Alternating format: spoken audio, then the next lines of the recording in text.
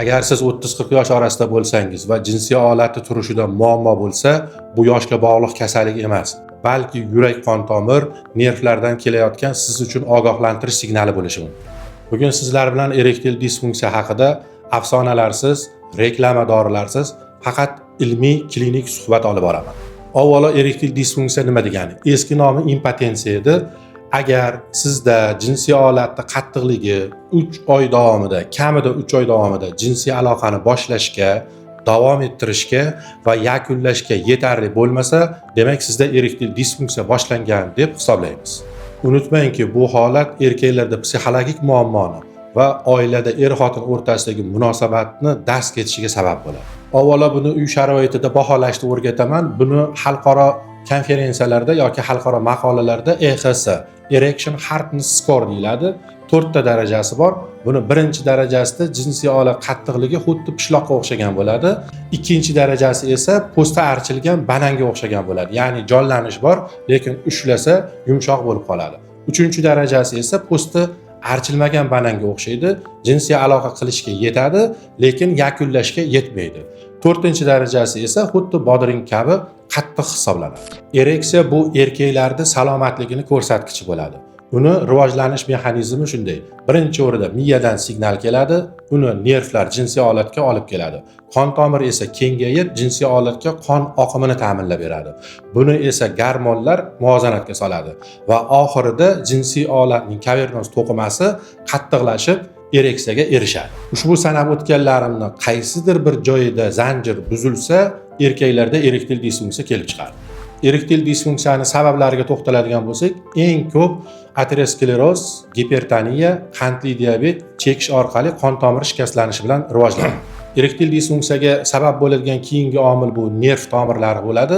Bu kichik tos a'zolarda o'tkazilgan operatsiyalar natijasida nervda jarohatlanishi, radikal prostatektomiya misol bo'lishi mumkin yoki qandli diabet natijasidagi neyropatiyalar sabab bo'ladi.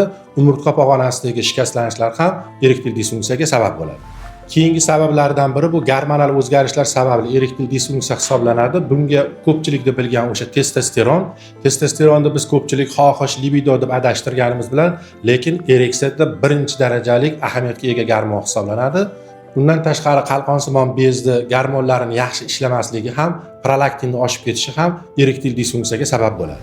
Oxirgi sabablardan bittasi bu psixogen erektil disfunksiya deyiladi. Buni ajratib olishning eng oson yo'li shu asab buzilganda, stresslarda, chatoqlarda jinsiy aloqa qilaman deganda ayoliga yaqinlashganda qo'zg'alishi sustlik bo'ladi. Lekin bu bemorlarda ertalabki ereksiya saqlanib qolgan bo'ladi. Shu o'rinda boshqa kasalliklar kabi erektil disfunksiyani ham yosharishini sababini aytib o'tishimiz kerak. Bunga birinchi o'rinda telefon bilan ko'p mashg'ul bo'lishlik, aktiv jismoniy hayotda yo'q bo'lishligi, haddan tashqari ves olishlik, semizlik, chekish, ichish, zararli odatlar va eng achinarlisi esa pornografiyaga hamma joyda imkon borligi.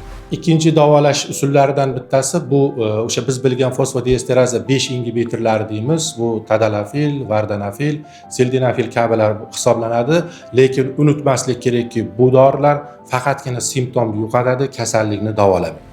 Davolashimizning keyingi bosqichi esa bu zamonaviy va oxirgi paytda keng qo'llanilayotgan usullar hisoblanadi. Bu P-shot, bizni terapiyalarimizda PRP terapiya deyapmiz. Bundan tashqari zarb to'lqinli terapiyalar bor. Qon tomirini jinsiy holatda angiogenezni kuchaytiradi.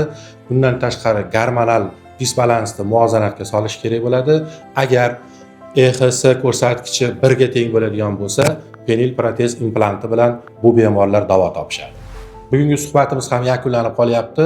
Videomizning oxirida erektil disfunksiya mavjud bo'lgan bemorlar qachon shifokorga borish shartligini ham qisqacha aytib o'taman.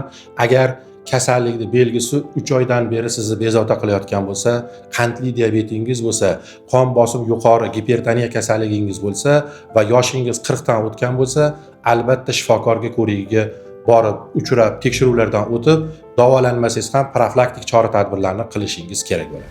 Keyingi videomiz erektil disfunksiyada qachon testosteron berish va qachon bermaslik haqida bo'ladi. Kanalimizga obuna bo'lib, bizni kuzatishda davom eting.